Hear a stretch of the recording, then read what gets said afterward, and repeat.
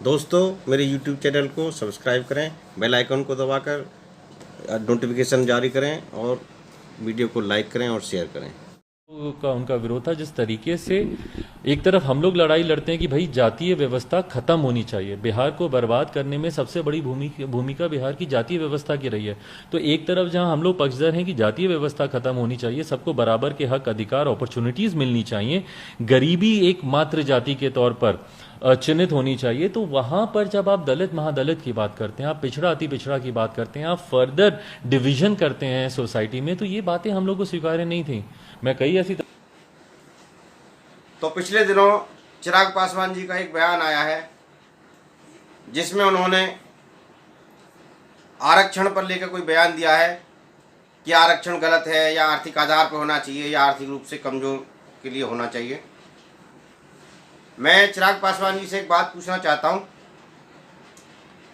कि वो जिस सीट से वो चुनाव लड़ते हैं, जमुई बिहार के अंदर, वो आरक्षित सीट है और पिछले 2 लोकसभा से वो वहीं से चुनाव लड़ रहे हैं और जीत रहे हैं। क्या अगले 2024 के चुनाव में क्या वो अपनी सीट को छोड़ेंगे? क्या वो रिजर्व सीट छोड़कर जनरल सीट से फाइट करेंगे? वो सिर्फ रिजर्वेशन का एक विरोध करना और सिर्फ सवर्ण वोटों का ध्रुवीकरण करना, उसमें 2 अलग अलग चीज़ें हैं। अगर वो वाकई आरक्षण विरोधी हैं, तो अगर उनकी अंतरात्मा जाग चुकी है, तो सबसे पहले वो अपनी जो सीट है, जमुई आरक्षित सीट है, उस सीट को छोड़कर कहीं जनरल सीट से चुनाव लड़ें। नंबर 2, 2024 लोकसभा के लिए अपने एजेंडे में लिख के दें कि आरक्षण का वो विरोध करेंगे, क्योंकि 2020 के अंदर संसद में जब ये रिजर्वेशन का बिल 10 साल के लिए बढ़ाया गया था, तो हमारे माननीय सांसद जी और उनके माननीय पिताजी श्री रामविलास पासवान जी भी, दोनों लोगों ने इसको सपोर्ट किया था और तभी ये 10 साल के लिए बढ़ाया गया है। और मैं आपको एक चीज़ और याद दिलाना चाहता हूं कि जब लोकसभा में लोकपाल बिल पास हुआ, अन्ना हजारे जी ने जब अनशन किया था, तब श्रीमान जो चिराग पासवान हैं, उनके पिताजी रामविलास पासवान जी 156 सांसदों को लेकर संसद के बाहर धरने पे बैठ गए थे कि लोकपाल में आरक्षण होना चाहिए। और लोकपाल में आरक्षण पहले पास हो गया था और लोकपाल बिल बाद में पास हुआ था। तो इस तरह की विचारधारा उनकी पार्टी की शुरू से रही है। उनके जो पार्टी के मुखिया, उनके जो पिताजी थे, उनकी विचारधारा ही रिजर्वेशन वाली रही है। तो अचानक से चिराग पासवान जी को क्या सपना आया है, क्या उनके मन में है, इसको जान लेना, परख लेना बहुत ज़रूरी है। सिर्फ उन्होंने किसी टीवी चैनल के संवाददाता से बोल दिया कि रिजर्वेशन आर्थिक होना चाहिए या गरीब को मिलना चाहिए, इससे वो आरक्षण विरोधी तो कहीं भी सिद्ध नहीं हो जाते हैं। और मैंने आपको कहा कि अगर वो आरक्षण विरोधी अपने आप को सिद्ध करना चाहते हैं और बाकी उनकी अंतरात्मा जाग चुकी है, तो सबसे पहले वो अपनी जो जमुई सीट है, जो आरक्षित है, उस आरक्षित सीट को छोड़कर जनरल सीट से फाइट करें। तब कहीं जाके सवर्ण समाज, हम लोग उनके ऊपर विश्वास करेंगे कि भाई हमें कोई आरक्षण के विरोध में कोई नेता मिल गया है। इस तरह के आरक्षण का विरोध तो कई लीडर पहले भी करते रहे हैं अपने फायदे के लिए। माननीय श्री अखिलेश यादव जी ने 2012 में जब पदोन्नति में आरक्षण का बिल पास हो रहा था, उस समय उन्होंने भी आरक्षण का विरोध करते हुए अपने जो 5 या 10 सांसद थे उनके साथ संसद का बाइकाट किया था और वोटिंग से पहले वो वॉकआउट कर गए थे। तो इस तरह की राजनीतियाँ तो पहले से होती रही हैं, लेकिन वो कहीं भी उनका आरक्षण का विरोध उसमें नहीं था।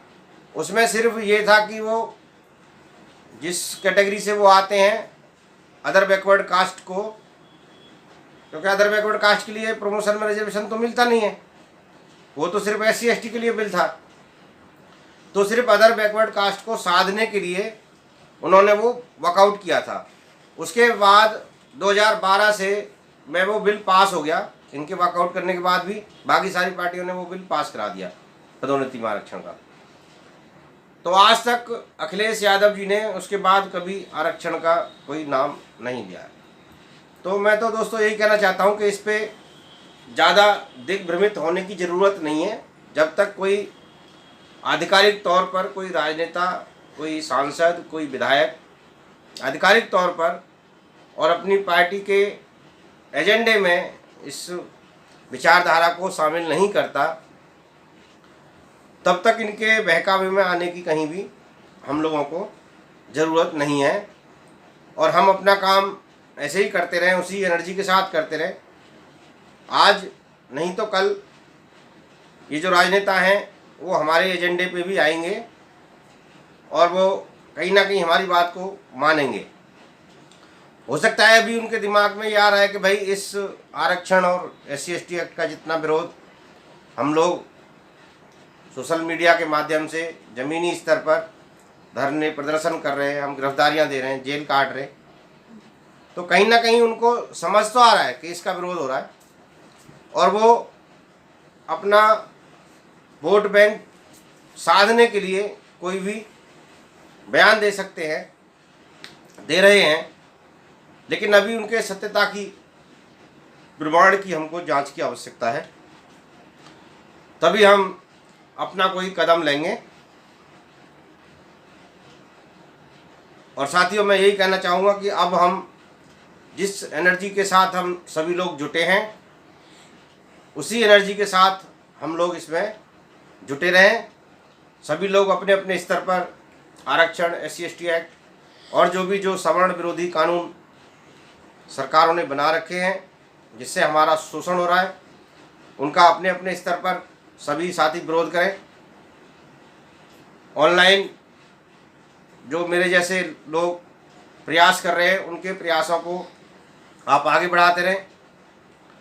ऐसे वीडियो आपको कहीं से मिलते हैं, उनको ज़्यादा से ज़्यादा शेयर करते रहें।